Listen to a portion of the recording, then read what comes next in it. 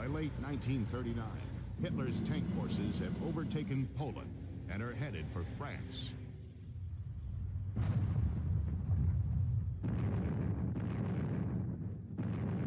But to keep the German war machine going, natural resources must be constantly available.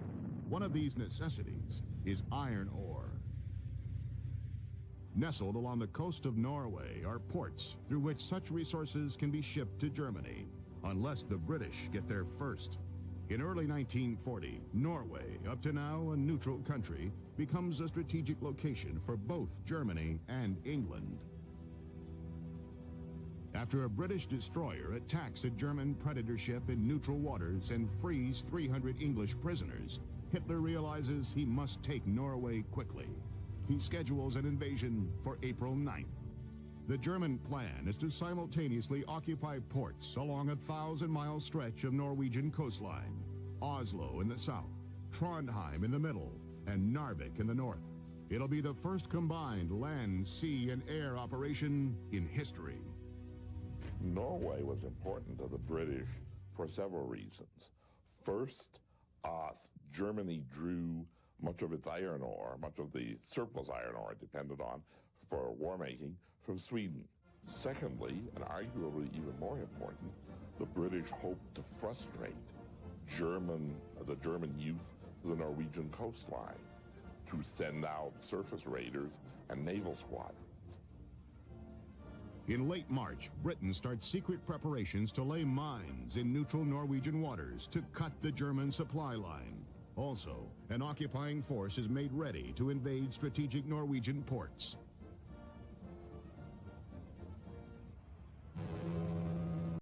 At the same time, from northern German seaports, troops begin to depart. On board a German ship headed for Norway is 21-year-old Lieutenant Rudi Tepfer. On the 6th of April 1940, 10 of our destroyers assembled in Bremerhaven, when nobody knew what was going on. Our destroyers had a crew of 350 Navy personnel. And in addition to that, we got more than 200 mountaineers from a mountain division from Austria.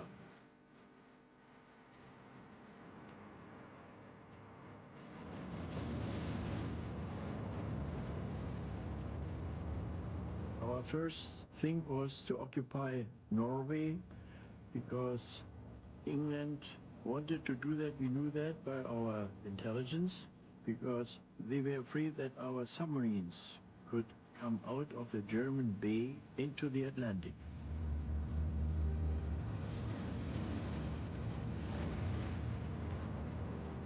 In 2.5 days, by very stormy weather, we drove high speed up to northern Norway, north of the polar circle, to Narvik. The British government, even again before the Germans attacked, was putting pressure on Norway to adopt a more favorable stance towards Great Britain. But when the British receive reports of a large German fleet moving toward Norway, the Admiralty issues an order to seek out the German ships and engage them in battle. The German ability to decode messages of British naval movements enable them to avoid their pursuers. Every effort to stop the German invasion fails. Along the fjord leading to Oslo, outdated Norwegian strongholds are easily neutralized by German naval and air bombardment.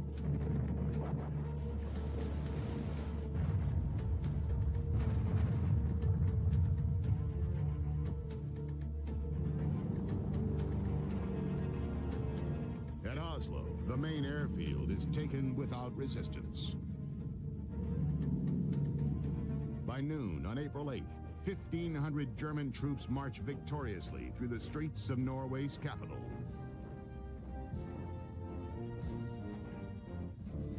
At historic Trondheim, 2 old forts protecting the entrance to the harbor are quickly taken. German troops now have control of this city as well. In the early morning on April 9th, 2 German destroyer flotillas enter the Vestafjord approach to Narvik. 2 Norwegian ships are ordered to surrender. They are unwilling to give in.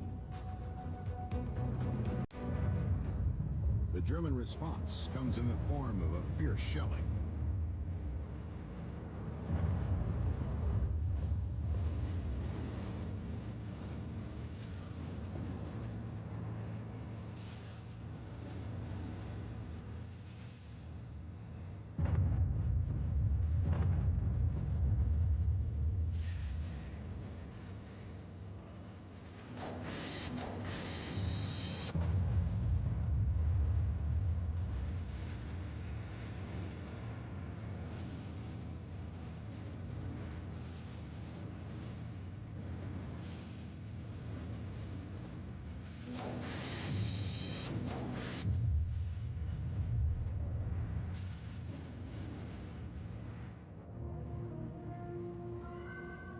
We occupied the harbor and released our mountaineers so that they could get any Norwegian resistance. But the Norwegian didn't really resist because they were not sure were we the English or were we the Germans. And so they were hesitant, and we had an easy way to occupy Narvik and all the military outposts in the environment. There was no bloodshed and no casualty at all.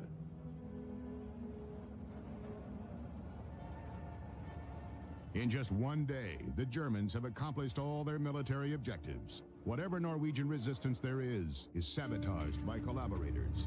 Communications between units are disrupted, and all countermeasures against the invading Germans fail.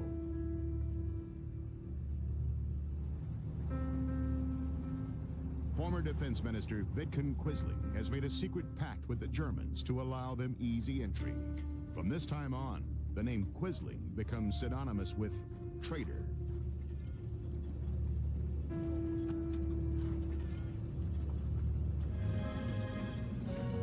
On April 11th, 2 days after the German occupation of Norway, a British invasion force belatedly sets out to sea.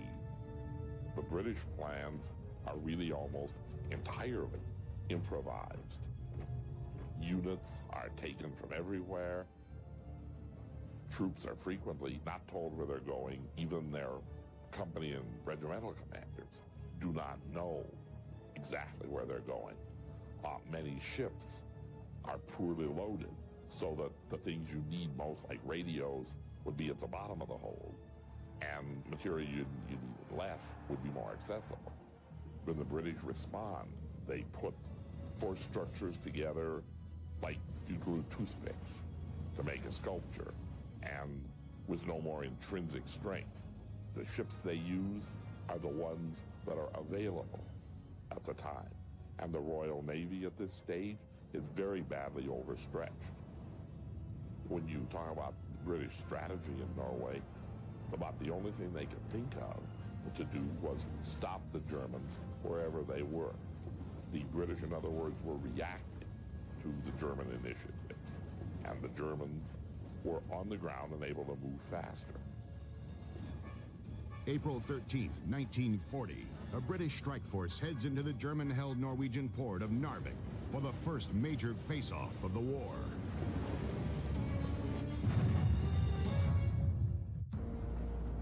April 13th, 1940, a powerful British task force makes its final approach to Narvik. The English came with destroyers because they had all their forces outside prepared for that occupation of northern Norway. Most of our destroyers were in the harbor. Some of them were not. My destroyer was not there either. And the English fired blindly into the harbor, sinking 3 of our destroyers and sunk them. And they also sunk 14 merchant ships of different nationalities.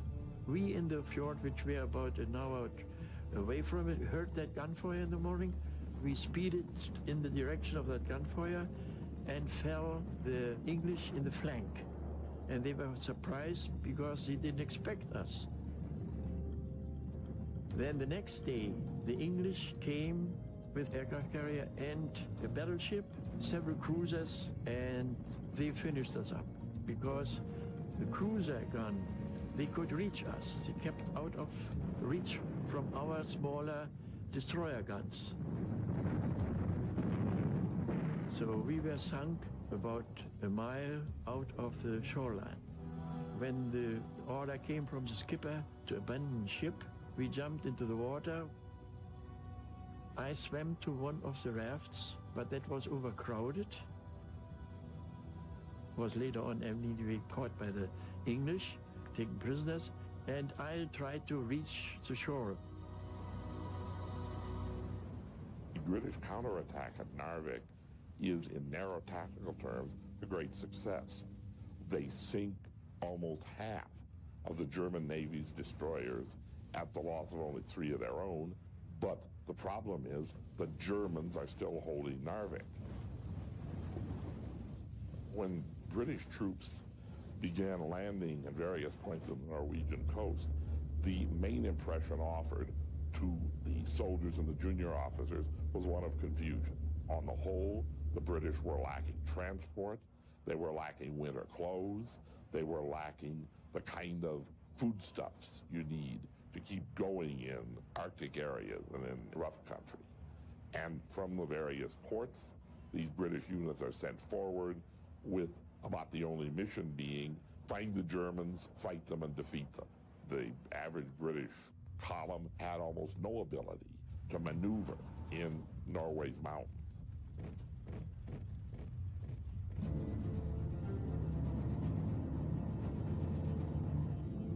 The Germans rush reinforcements into southern Norway. Meanwhile, British troops land unopposed in the central part of the country.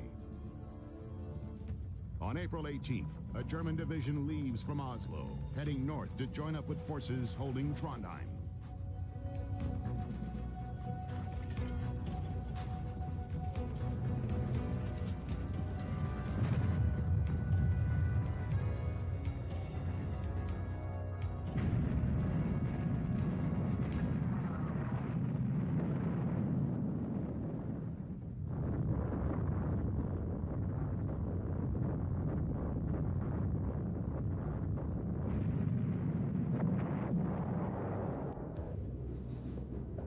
The mountaineers were all scattered around, and they formed a defense line to prevent the English from capturing Narvik. And they did a marvelous job. We had only to do that for 2-3 days, we thought, because the German army came through all of Norway to Narvik. And it was said that they would be there in 3 days, maybe 4 days. But it took them 2 weeks, because there are no roads up there. And even up there where we were, there was not the road.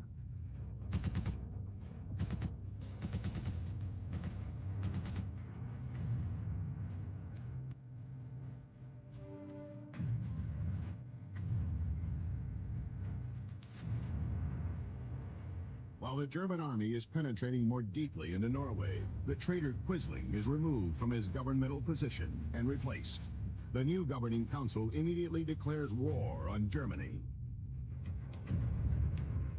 There are Norwegian troops resisting the Germans, but outnumbered and outgunned, they are unable to halt the enemy advance. Within a predictable period of time, German attack planes and light bombers would be bombing and strafing roads, and it was very difficult to get off the road. There was nowhere to run to in this mountainous coastal area. So you develop a situation in which just about everybody has a stiff neck from looking skyward and looking to the rear.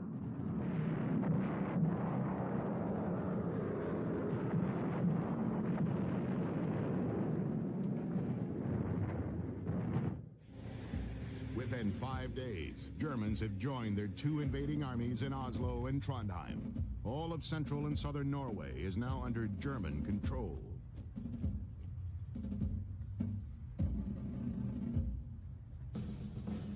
The Germans flex their military might and take British prisoners of war.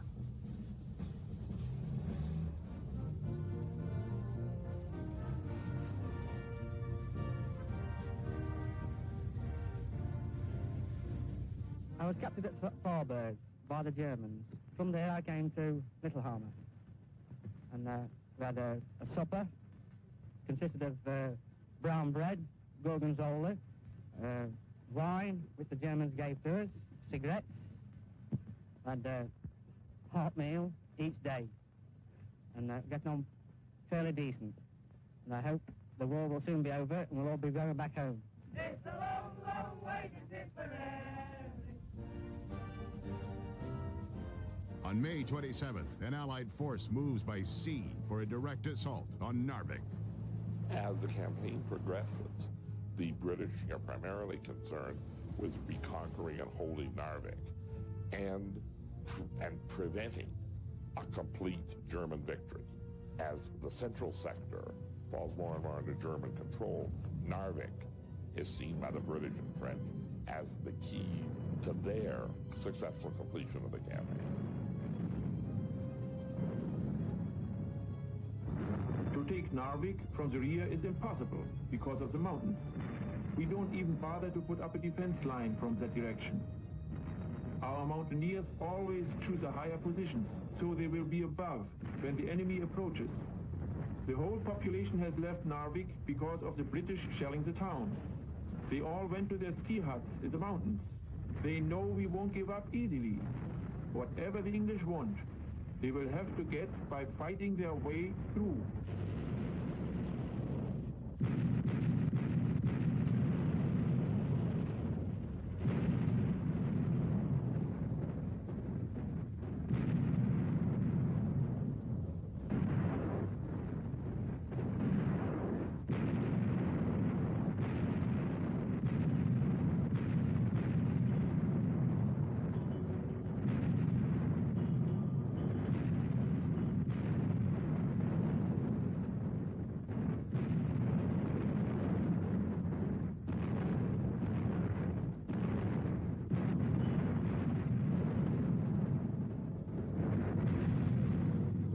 Put together an expeditionary corps, and the main thing, they have to get our landing craft.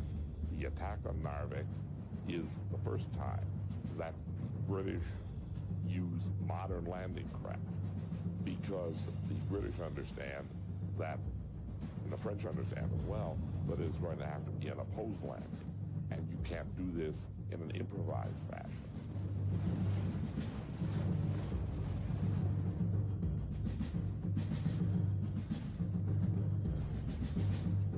The Germans in the hills around Narvik are commanded by a mountain troops officer who uses the rugged terrain for cover.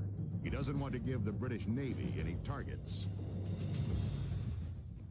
But the British will not continue to hold Narvik. With Allied armies retreating from the Germans in France, orders are issued for an immediate withdrawal from Norway. Within a few days, it becomes obvious that Narvik is now a sideshow of a sideshow, and it is pointless to continue the campaign. So the French and British withdraw, and the ordinary British express themselves in words more colorful than polite. Many of his superior officers aren't very happy as well with this either. The Luftwaffe renews its air attacks as the troops are loaded aboard ships.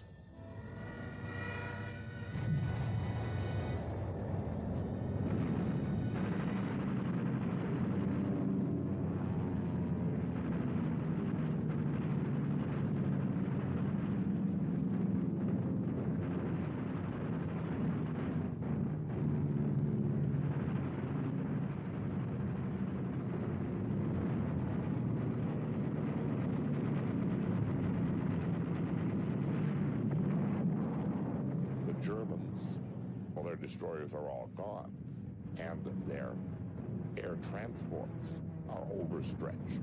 And the German general pulls out a large handkerchief, mops his brow, and offers thanks.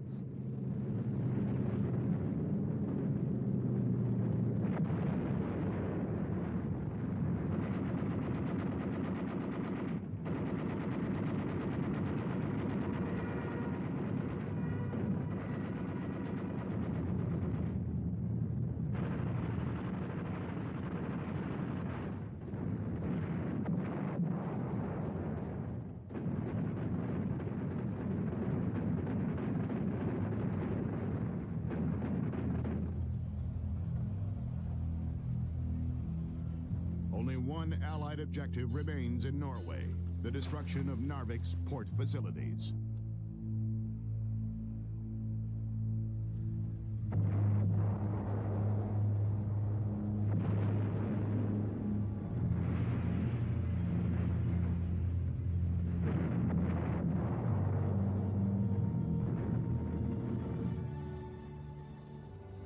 Over a period of 5 days, the Allied evacuation is completed. By June 8th, all 25,000 French and British troops are aboard transports and on their way to England. British morale was at rock bottom. In some ways, the Norway morale was even worse than those who come out of Dunkirk, because the Narvik Expeditionary Force said we were pulled away from a victory, but it was ours. Rudi Tepfer stays in Norway with the occupying force before returning to Germany and being reassigned to U-boat duty. Although the Germans can bask in the glory of their victory, it is not without losses.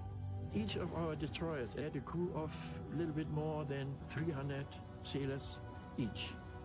And of these, only half of them made it after the second battle in Norway. The others died. 2 days after the evacuation, Norway surrenders.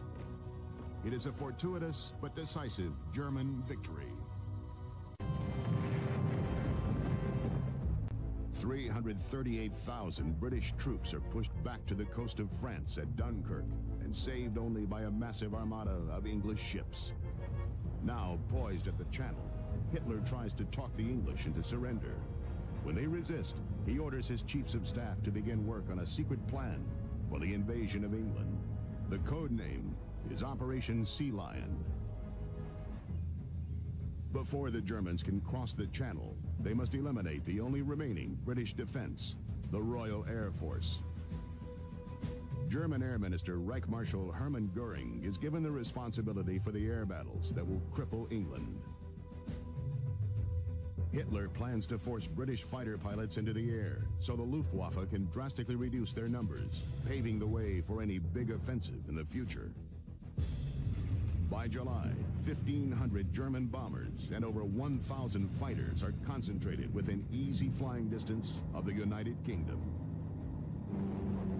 They wreak havoc on English shipping in the Channel.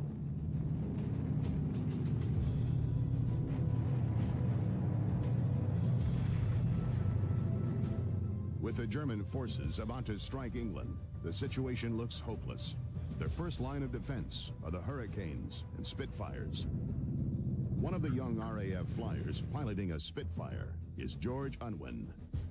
The thing about the Spitfire that was so useful in combat was its maneuverability.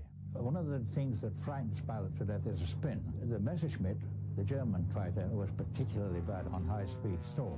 And so we could turn inside any of the German fighters, and that was the one thing that saved us time and time again. Invariably in a fight, you're chasing each other round and round and round, but you could turn much more tight, smaller turning circle than any German fighter.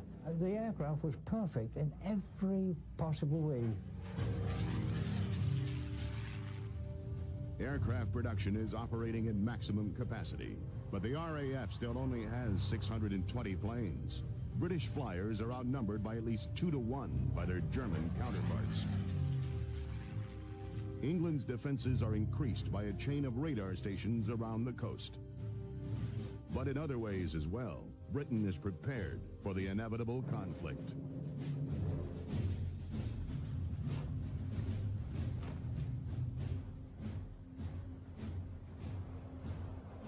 The people of London evacuate children to the country and strengthen anti-aircraft defenses. Faced with air attacks and a possible invasion, the British remain undaunted under Prime Minister Winston Churchill, who rejects German suggestions of a British surrender.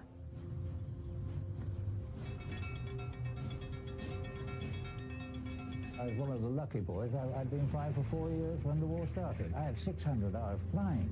On fighters, you can't count in any other way the advantage that gave. We had the experience and the ability to fly. Flying is experience. The more you fly, the better you get. But the Germans were pretty good too. Well, the Luftwaffe had been built carefully over a period of years. So they had experienced pilots, combat pilots who had flown in Poland, who had flown earlier in the year in France and Holland. So the Luftwaffe had a high level of competence, high level of training and experience. Also, the morale of the Luftwaffe was very high. They had found nothing that could compete with them. And they felt that they could beat any Air Force, and they had the numbers, the experience, and the morale.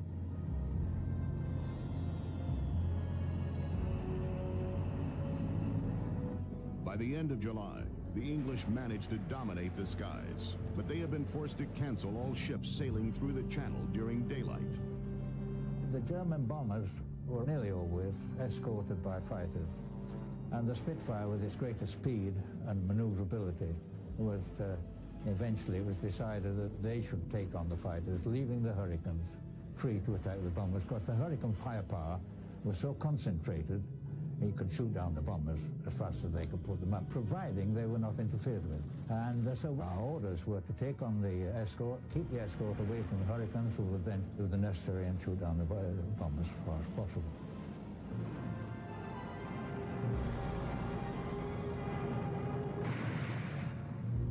I know the German pilots had fought a war in Spain, and the experienced ones, but they weren't all experienced. And as the fight went on, it was becoming obvious that their replacements were nowhere near as good as their predecessors. The Germans always flew in pairs, you see. We flew stupidly in threes for a while until we tumbled to it. But in pairs, you colored onto a German, got behind him. It was 10 to 1 that the other German was behind you.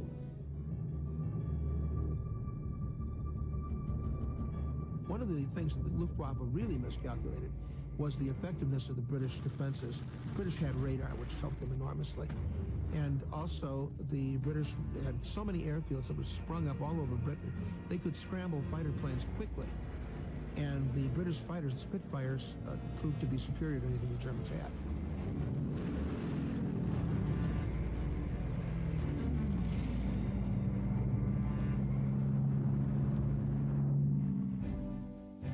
By August, Goring estimates that he needs only 4 days to put the English fighter planes out of action. He begins preparations for Adler Tag, or the Eagle attack, an operation which will be the knockout blow to the RAF. It is decided that the attack will commence on August 13th. For the first time in history, a great campaign is going to be fought and decided in the air. Well, if you were a bomber pilot, you'd be awakened at 4 o'clock in the morning because all the raids would be conducted at dawn. You'd have breakfast, you'd have your briefing, and at 5:30 or 6 before dawn, you would take off so that the flight over England would come at a time when the sun was rising behind you. And there was a reason for that also. If you were flying from Germany to England, you'd be flying out of the rising sun, which would make it more difficult to see the bombers. And then you'd try to drop the bombs and make the run for home. On the run home, you were completely in daylight. And the Spitfires were able to shoot down large numbers of German planes and pilots. The Germans had the long flight from Germany to Britain and back again, and the odds were with the defenders because they had better planes and they didn't have to fly as far. From morning until evening, the Luftwaffe carries out a relentless attack. In spite of the bad weather and heavy opposition, they manage to hit airfields, dockyards, and aircraft factories. But in the process, they lose 45 of their aircraft. The British lose only 13. Killing people, that didn't come into it. We weren't trying to kill people. We were trying to shoot the aircraft down, stop it coming, stop it hitting other people. The bloke sitting in the airplane, we never thought of. I didn't anyway, and I don't think many people did. 2 days later, on August 15th, Goring again puts his squadrons in the air. He hopes that the heavy fighting of the 13th has so severely depleted the RAF that gaps will be left in their defenses. It is to be a day of hard fighting. German strategy was to bomb England into submission. To do that, they fought with fighters protecting the bombers to fly over Britain.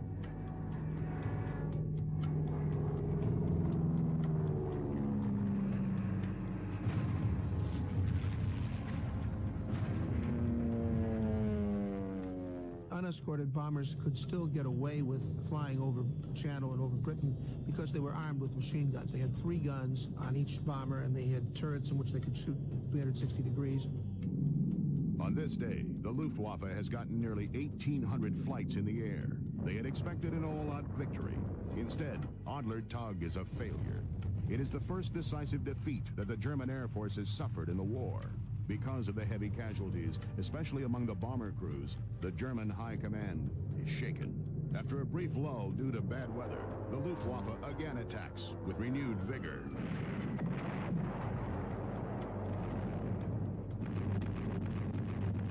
For the British, the situation is becoming more serious. They are still shooting down more enemy planes than they themselves are losing. But they have now come to a point where the loss of a single plane, or the death or wounding of even one pilot, represents an important setback.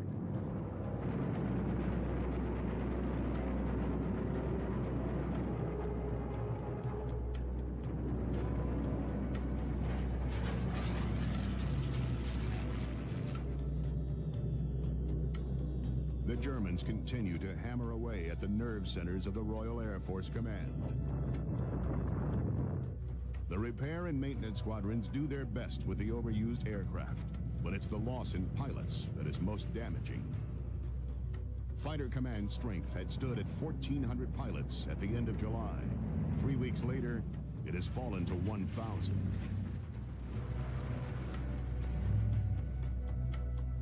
The pilot forces are being dangerously diminished. The communication systems and airfields are being battered. Even the pilot reserves are reaching desperate lows. Now the question is, how much longer can fighter command hold out?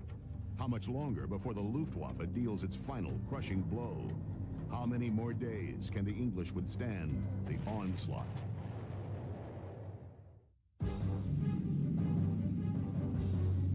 Anxious to put an end to the British standoff, the Germans choose a course of action that will strengthen England's resolve. On August 24th, 200 German bombers are sent to attack targets in many different areas of England and Wales. The pilots do not have specific orders to bomb London, but bombs are dropped on the city. The Germans later deny that the bombing is intentional and place the blame on faulty navigation and mixed messages. Bombing of London certainly must have been planned. Given the German planning and the devotion to detail and following orders, it's almost inconceivable that the bombing of London could have been accidental, especially given the fact that the Germans targeted the east end of London particularly because they were trying to bomb an area in which they knew that there were a lot of Jews in London living. The British immediately send their bombers on a retaliatory raid against Berlin. The effect of this raid on Hitler is out of all proportion to the damage done. Hitler was absolutely flabbergasted. He had promised the German people that no bombs would ever fall on Berlin. And when the British did begin to bomb Berlin, Hitler went almost insane, swearing revenge, swearing he would bomb whole cities off the map. But the Allies had so many planes, there really wasn't by that time anything he could do. The Luftwaffe is now ordered to switch the offensive from the RAF to the city of London. Hitler believes that a prolonged bombing of London will cause panic and mass hysteria among the population. But the side effect is that the airfields and sector stations are spared at a crucial moment. The RAF is given time to repair the damage done to their facilities and equipment. It also takes the pressure off their fighter pilots. One more week of attacks might have led to disaster. Now the RAF can reconsolidate its forces.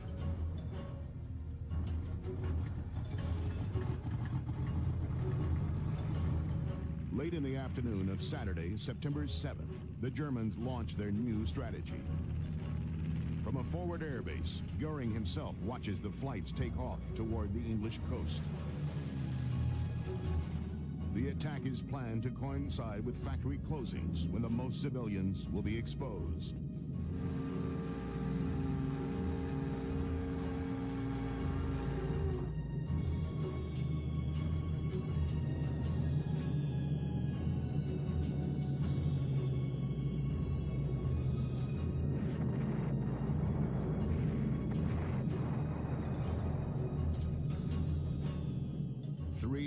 Tons of high explosives and many thousands of incendiary bombs are dropped on London within an hour and a half. The docks and warehouses and the densely packed residential areas which surround them burn furiously. The blaze is visible for miles.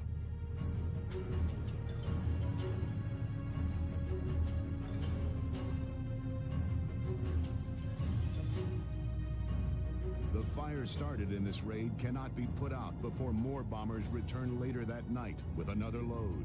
All of London seems to be burning.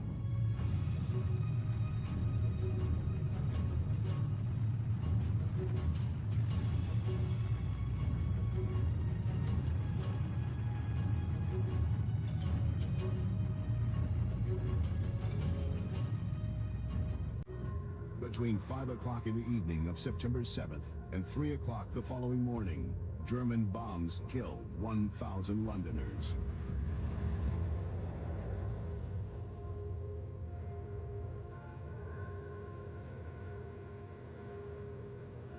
Hermann Goering announces proudly on German radio that the Germans have reached an historic hour. The Luftwaffe has delivered its thrust right into the enemy's heart.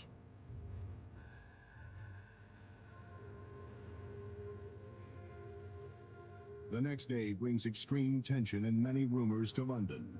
Some believe that the firestorm is just a prelude to a German invasion. However, the first requirement for a successful invasion has not yet been met. The English Fighter Command is still operating. Hitler decides to await the outcome of the next few days.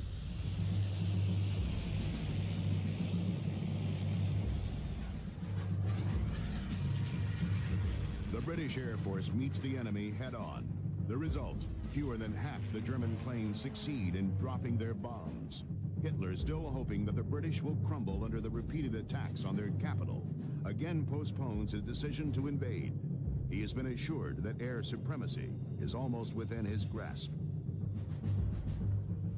The Luftwaffe is now facing a crisis. They must claim victory without any more delay. Goering picks Sunday, September 15th, as the day of reckoning. The morning of September 15th turns out to be ideal flying weather, cloudless and with fine visibility.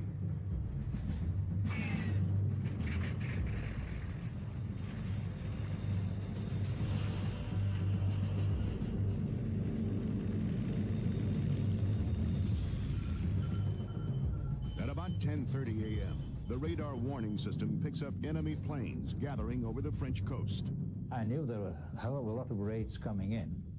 So I'm at 25,000 feet, so I started looking for some trade, as we used to call it. And I saw this huge armada of bombers coming in, forgetting all about their escort fighters.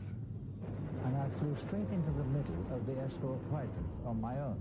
And I'm surrounded with it, whizzing all over the place. So I just simply put the Spitfire into a really tight turn. And every time one of these flashed past me, I pressed the button. But I got away with it and actually shot one down, I think.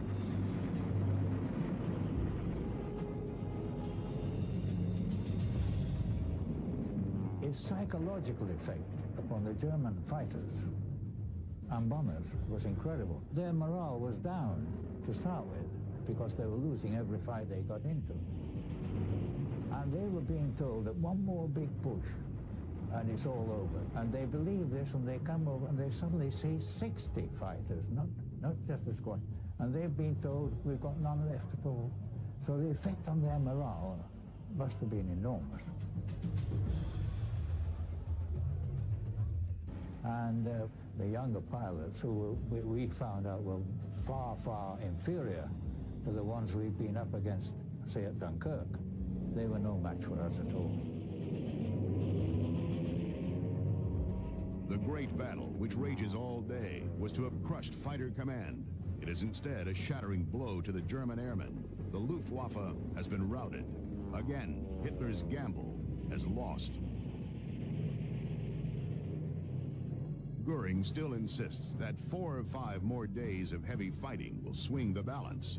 But as far as the invasion is concerned, time has run out.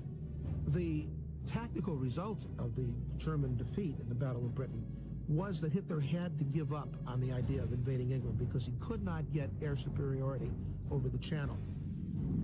But Hitler has decided on a new phase of the battle. The German Luftwaffe now sets out with vengeance to destroy London. Night after night, until well into November, London is bombed unmercifully. If the Germans have failed in their destruction of British air power, they intend to succeed in their efforts to break the spirit of Londoners. After 57 days of consecutive bombardment, Londoners prove that they can take it. It is a time when the British, and particularly Londoners, are seen at their best. By November, the night raids are expanded to include the industrial cities of Britain. Coventry is viciously attacked on November 14th, as are Bristol, Southampton, and Liverpool. Plymouth, Sheffield, Manchester, Leeds, and Glasgow also become targets for the bombers.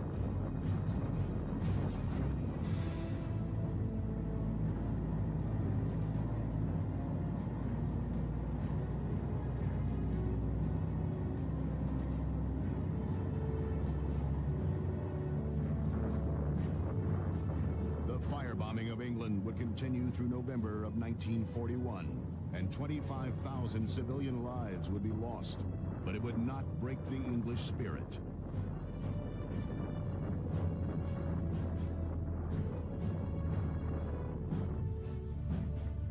Some German pilots shot down in the air battles make it back to France and then see their homeland from the inside of a hospital.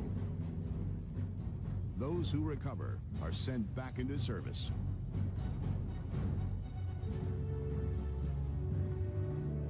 George Unwin would continue to fly with the RAF and be credited with shooting down 14 enemy planes. He would always be grateful for his aircraft. If we hadn't had the Spitfire during 1940, then things would have been very, very bad. We would have lost the air battle, and we would have lost the war. During the Battle of Britain, the Luftwaffe lose over 2,300 aircraft. The British lose 600 fighters. But if there's any single decisive day in the Battle of Britain, it's September 15th, when the RAF bravely faces a very formidable enemy and wins. As 1940 begins, Italy's fascist leader Benito Mussolini is incensed because the British control the nearby island of Malta. This outpost is over 1,000 miles from the nearest British bases at Gibraltar in the west and Alexandria in the east, but it is only 50 miles from Sicily. Malta gives England control of the Mediterranean, and in 1940, the British are at war with Italy's ally, the Germans. On June 11th, one day after Italy enters the war, Mussolini unleashes his bombers on Malta.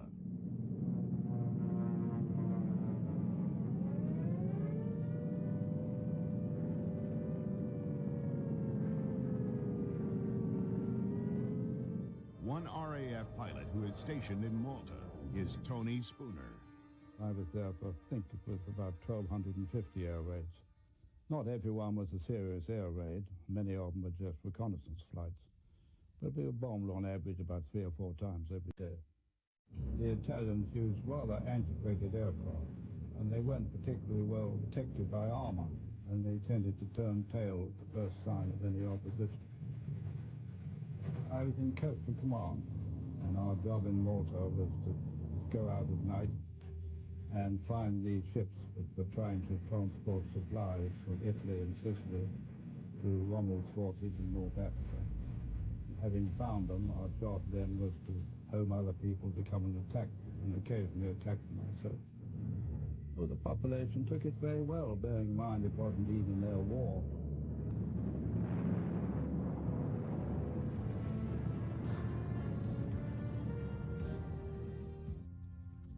As far as possible, the routine went on. It was business as usual to the extent that you could do business as usual. The bars kept open as long as they possibly could, because we eventually ran out of beer and everything else nearly. But it was pretty grim food. It was all tin food or whatever they could find. While the Maltese go about their daily business, they learn to live with the constant air raids from the ineffective and ill-equipped Italian Air Force. You get used to it like everything else. It's pretty frightening at first, but then you see other people are paying no attention to it, and in the end you start paying no attention to it. The Maltese show no signs of giving in, and British anti-aircraft fire wears down Mussolini's pilots. The Italian aerial bombardment of Malta is a failure, partly because the planes themselves have small bomb loads, and partly because the Italian bombs aren't very good. Partly, the Italian bombers have trouble hitting their target in the face of an anti-aircraft defense, which, while in its initial stages not all that formidable, is still more flocked than the Italians have ever faced before. British submarines and seaplanes emerge around Malta and constantly torpedo Axis supply vessels on their way to North Africa. This activity is becoming a thorn in the side of the Germans and an embarrassment to the Italians. In January 1941, Hitler sends an entire German air fleet, which has been called back from the Russian front and moved to Sicily. Field Marshal Albert Kesselring is given control of 2,000 top-rate aircraft. Kesselring's mission is to gain control of the air and sea between South Italy and North Africa. Each adversary had a slightly different reason for wanting this particular piece of rock. As the attacks go on, Malta becomes a symbol for both sides. It's been called the Mediterranean Verdun. The struggle for Malta took on an importance that had nothing to do with the actual utility of the island. In many ways, the German Air Forces who go after Malta are at the peak of their effectiveness. They've been operating in Europe and in the Mediterranean since the beginning of the war. The crews are well trained, very experienced, and jumping high morale. And this is particularly true of the bomber wings, who have had it most of their own way since coming to the Mediterranean. They faced very little effective fighter opposition from the British. And so they are confident in their ability to soften up Malta, not least because they see this as a good way of showing up the Italians.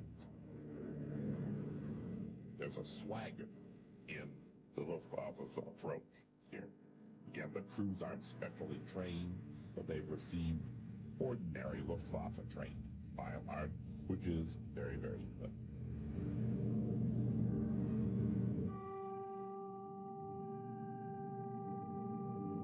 Until the Germans came along, we went at the smallest bit frightened of the Italians. The Germans had dive bombers, and they were far more determined. And it was a different story altogether. And they achieved complete air superiority over the island at one time. To their credit, they rarely bombed targets, although, of course, when chased by fighters, they often jettisoned their bombs on other places. And so the bombing was concentrated upon 4 areas. One was the port area and the 3 airfields. So everything adjacent to the port, which was a highly populated area, was flattened, and everything on and around the airfields were flattened. By December, you've got over 1,000 air raids mounted by aircraft which are fast enough and maneuverable enough to elude ground defenses and shake up ground fire. The German Dornier, Heinkel, and Junkers 88, they call them medium bombers, we call them light medium bombers, are fast, maneuverable, take punishment well. And so it becomes harder and harder to bring them down. And a Malta anti-aircraft defense that depends heavily on local volunteers is beginning to wonder, well, what's it take to get these guys?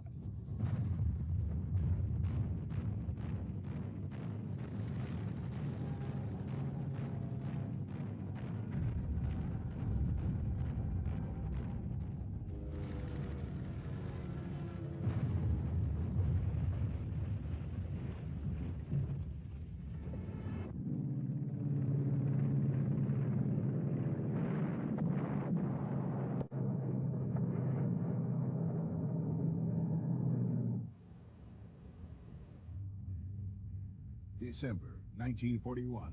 The 1,000 Axis raids on Malta has not brought the island any closer to a surrender. Only 15 miles long, Malta becomes the most heavily bombed target in the world.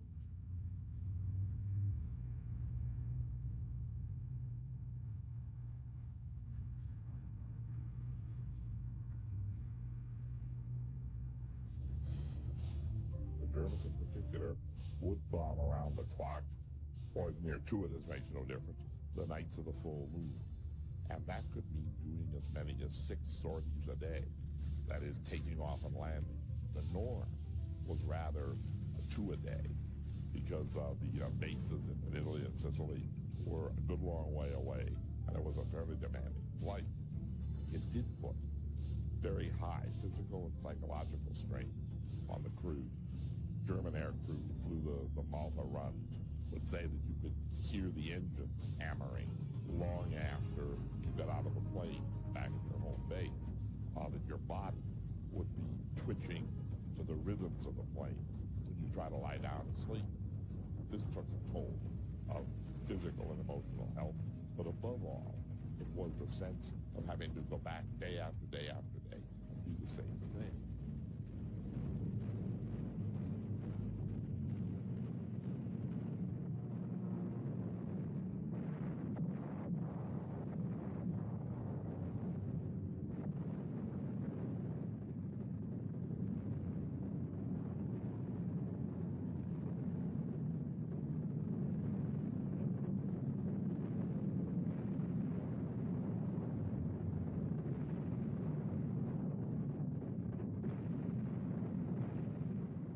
This was a good way to go mad, particularly because, unlike the American system, the Germans did not allow for relieving crews and pilots after a certain number of missions. Psychologically, they're poorly equipped for the kind of war of attrition that increasingly, with nobody really liking the idea, becomes the norm over Malta.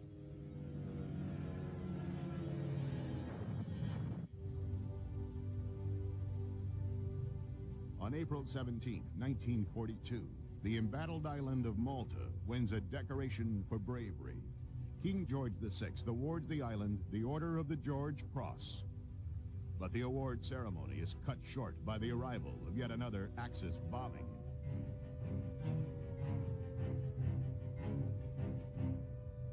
The George Cross is one of the rarest medals in the world, and it was outstanding feats of valor when you were not in the services.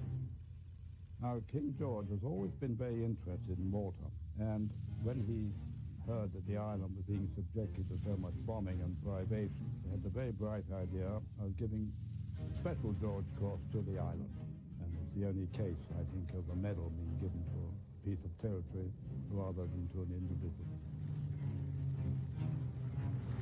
There are now only 8 British aircraft operating against some 15 Axis squadrons. Malta desperately needs fighter planes to regain control of its airspace. There is not a single British aircraft carrier available for the urgent mission. English Prime Minister Winston Churchill makes a desperate appeal to the United States. Will the response be in time to save Malta? In April 1942, the American carrier Wasp brings British Spitfires into the Mediterranean.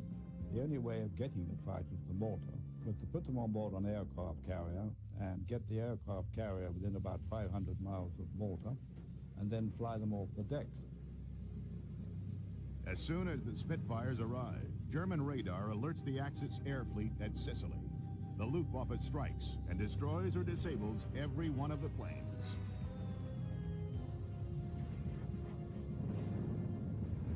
On the same day, British intelligence learns that an airborne invasion from Sicily is imminent. Meanwhile, German and Italian troops on Sicily are preparing for the airborne invasion of Malta. Hitler and Mussolini agree on a date for the Axis assault, early June.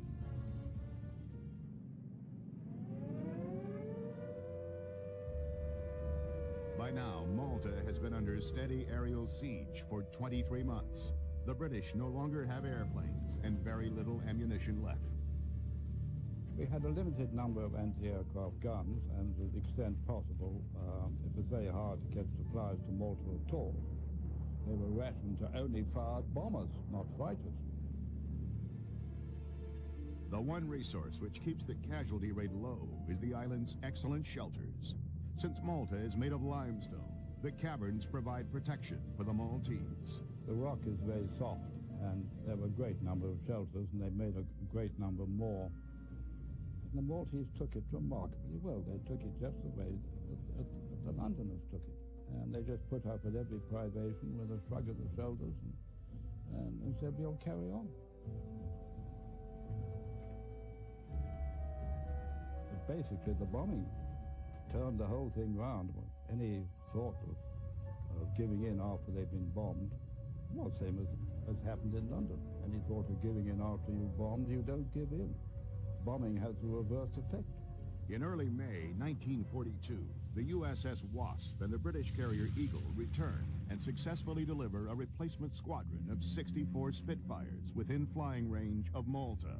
But this time, we'd learned from the errors the first time. The first lot all landed at Takali, which is the fighter airfield, and they were very largely bitten off on the ground. This time, they split them between the three airfields. It made sense. And they had them all in the air in about 15 minutes after arriving. The Spitfires are refueled and airborne in minutes as German bombers approach. They meet the Junkers and Messerschmitts head-on over the airfield. The Luftwaffe gets more than it bargains for. 37 German planes are lost. The British only lose 3. This second operation is the turning point of the air campaign because they achieve a victory by blowing away the first 47. Now, here are 60-odd more. And the Luftwaffe pilots and their commanders are beginning to think, what do the armies and Brits do? You know, pull them out of hats? British intelligence learns that Axis troops scheduled to invade Malta have been diverted to the Panzer Army in North Africa. The invasion of Malta will not take place. Malta continues to be dependent on the outside world for such things as grain, meat, and gasoline. The Germans commence starvation tactics. When it becomes apparent that the Italian Air Force can't establish superiority, the Army says, we're not going to risk a parachute division on a suicide mission, and the Navy says, we can't cover an amphibious landing. So the Germans continue what amounts to an attritional campaign of wearing Malta down by starvation. In June, British convoys attempt to reach the island from both Gibraltar and Alexandria. Of 115 Allied vessels, only 2 get through. Until German planes committed to Malta are required elsewhere. On the Russian front, in the Western Desert, they continue an increasingly futile pattern of bombing an island that most historians agree was not that important.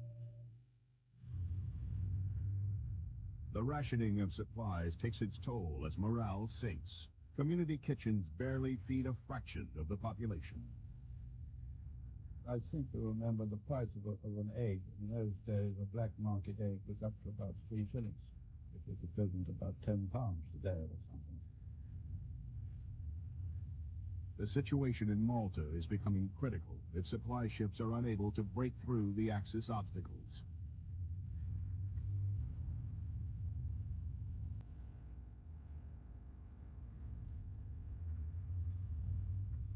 Unknown to the Maltese or the British forces on the island, the English government is unable to agree on whether to defend Malta or surrender.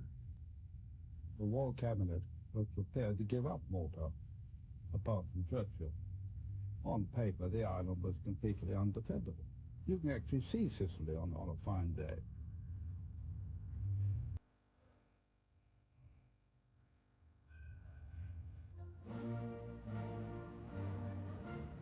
Building on Churchill's stubbornness, one final convoy carrying the last hope of relief for Malta leaves England.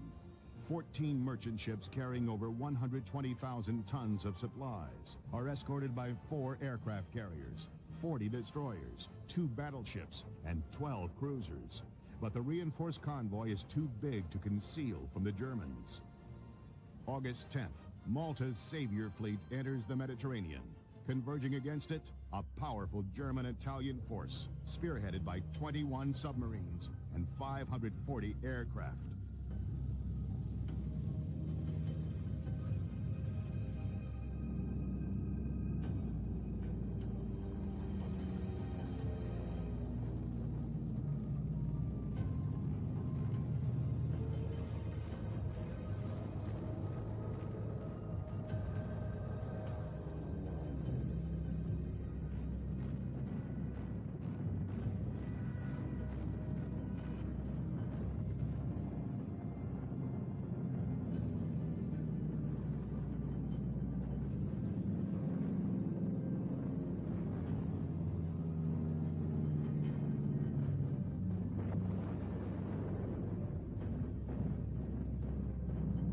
August 12th, the Axis air attack hits in full force. British carrier planes and concentrated ack-ack fire again keep the attackers away from the merchant ships.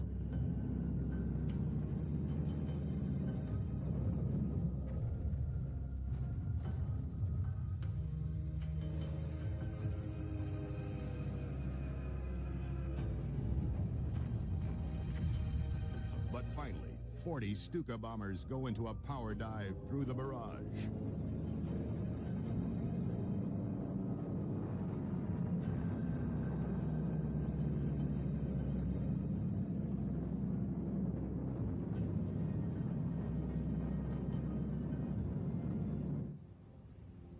By evening, both fleet and convoy reach a narrow channel to the harbor where protective battleships and carriers cannot follow because of limited sea room.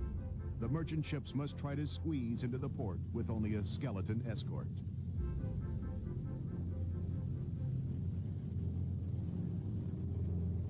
The Germans seize the last opportunity to attack.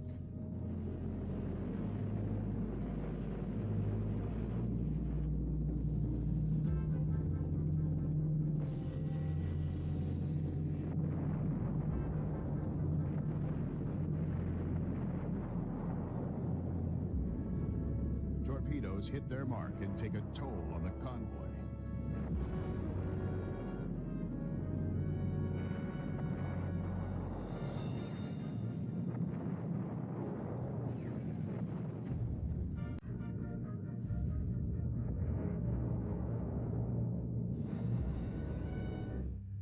Five bombed merchant ships limp into the harbor at Malta.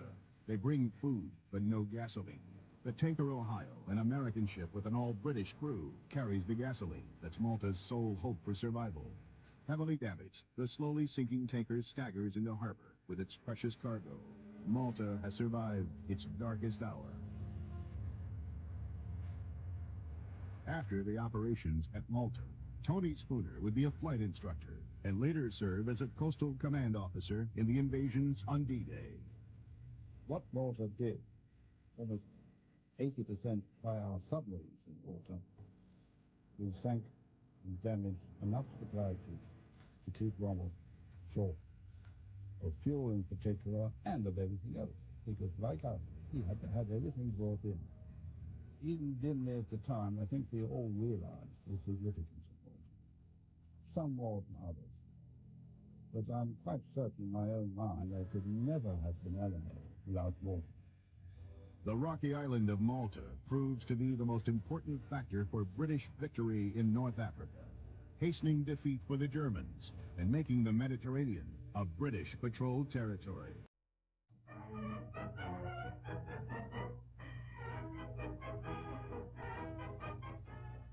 A most eventful year. Spain's three-year-old civil war ends, and Generalissimo Franco enters Barcelona. The victorious nationalist army passes in review. Brother no longer fights brother, as once again the sky is clear in war-weary Spain that rises from its sorrow to begin life anew.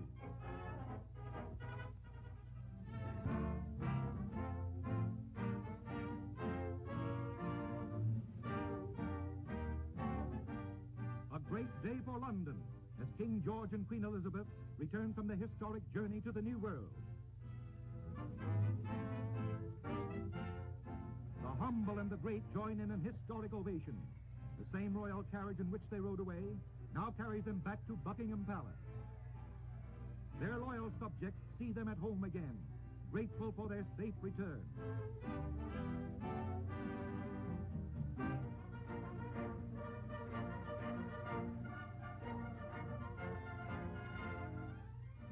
France, too, has an occasion of rejoicing. Bastille Day is celebrated with the greatest parade in French history. Britain's soldiers join in the march as Paris thrills to a display of Allied power. France celebrates the 150th birthday of its freedom. Colonial troops of North Africa demonstrate their loyalty, and millions respond with loud cheers of Vive la France!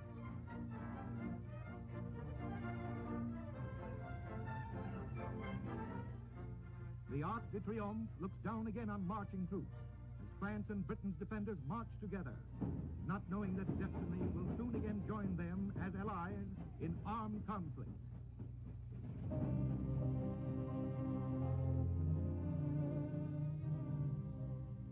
Nature goes on a rampage and leaves destruction and havoc in its wake.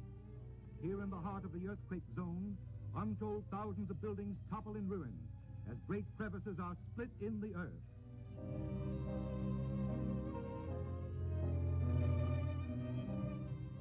Soldiers search for those who perished in Chile's tragic disaster. 20 cities are laid low as houses crumble like broken crackers. President Serda inspects the devastated area as with heavy hearts, the natives start to rebuild their stricken country.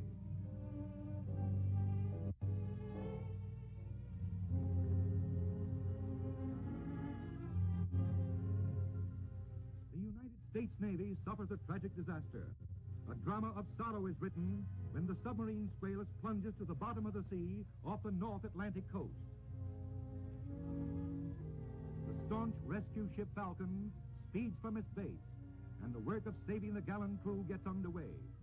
A new type of rescue bell goes into action as divers and Navy experts strive frantically to reach the trapped officers and men. After many nerve-straining minutes, the rescue bell is raised, and with it come 33 of the crew, but 26 are trapped in the flooded compartments.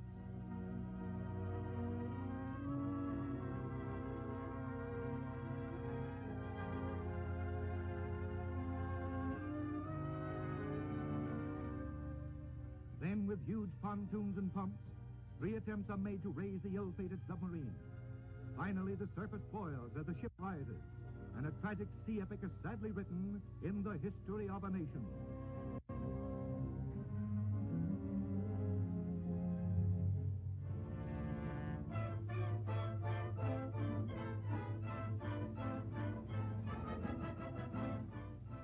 In the Orient, Japan continues its undeclared war against China and creates acute diplomatic tension by barricading the British concession at Tin Sin. For a time, the entry of foodstuffs is prohibited. Sentry control is established. Unrest in the Far East continues as nations and peoples await the inevitable solution.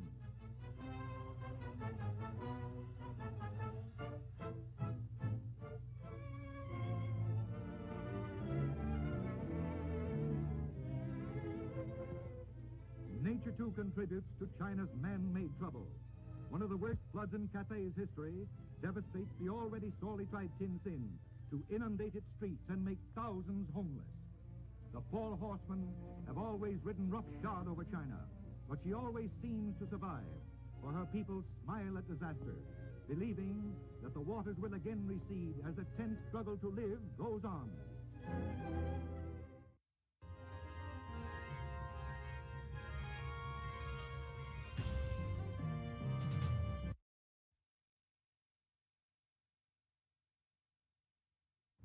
In Italy, it began when an ambitious rabble-rouser set his followers marching on Rome.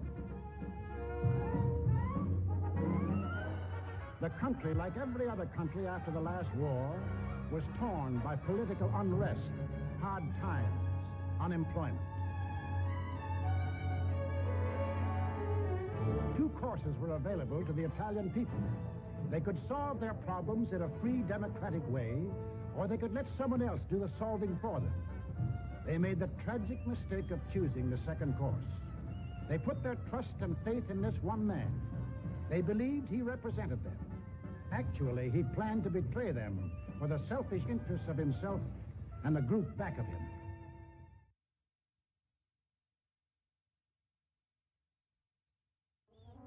Here was the Italy that Mussolini took over in 1922. And almost his first act was to tell the Italians they were the rightful owners of Corsica, Nice, Savoia, Albania, Tunisia, Ethiopia, and a land corridor linking it with Libya. Later on, he had an even bigger dream. The old Roman Empire as it existed nearly 2,000 years ago. To dominate all the lands adjoining the Mediterranean. Mare Nostrum. Our sea, they called it.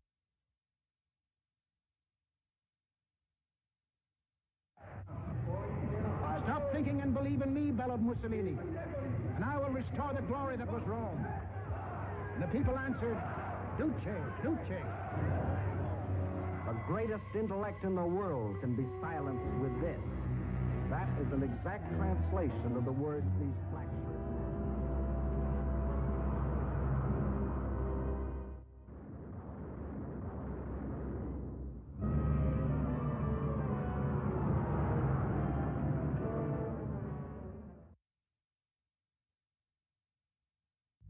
At one of their regular meetings, Hitler had assigned the job of conquering Greece to his stooge, Mussolini. The stooge was delighted. Here was his chance to prove to his people that he too was a conqueror. But he was wrong. Perhaps the uniforms fooled him. Something did. For after the fascist legions had blitzed on one cylinder this far into Greece, the Greeks, in a brilliantly conducted mountain campaign, drove the Italians back and invaded Albania. Hitler was enraged. The failure of his stooge to protect his southern flank was delaying the attack on Russia. He sent a final ultimatum. For the Yugoslavs and Greeks, it was surrender or else. But the Yugoslavs and Greeks come from a long line of fighting men. Nazi slavery didn't appeal to them.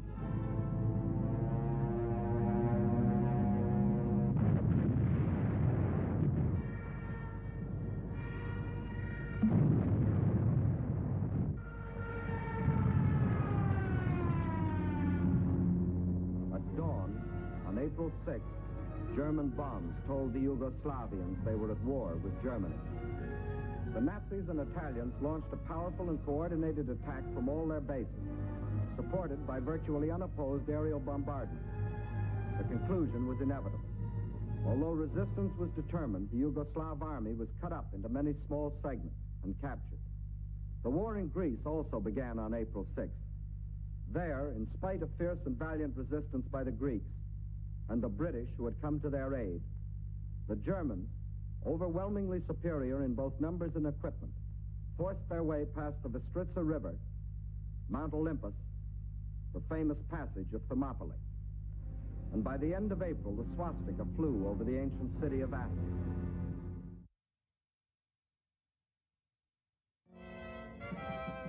The once triumphant Caesar God, who had looked like this at the height of his power, when his fascist legions had slaughtered and conquered Ethiopian tribesmen who fought with spears and ancient guns, now looked like this. Mussolini had led his people through a nightmare of military disasters. His arrogant dictatorship had come to an end. Retributive justice,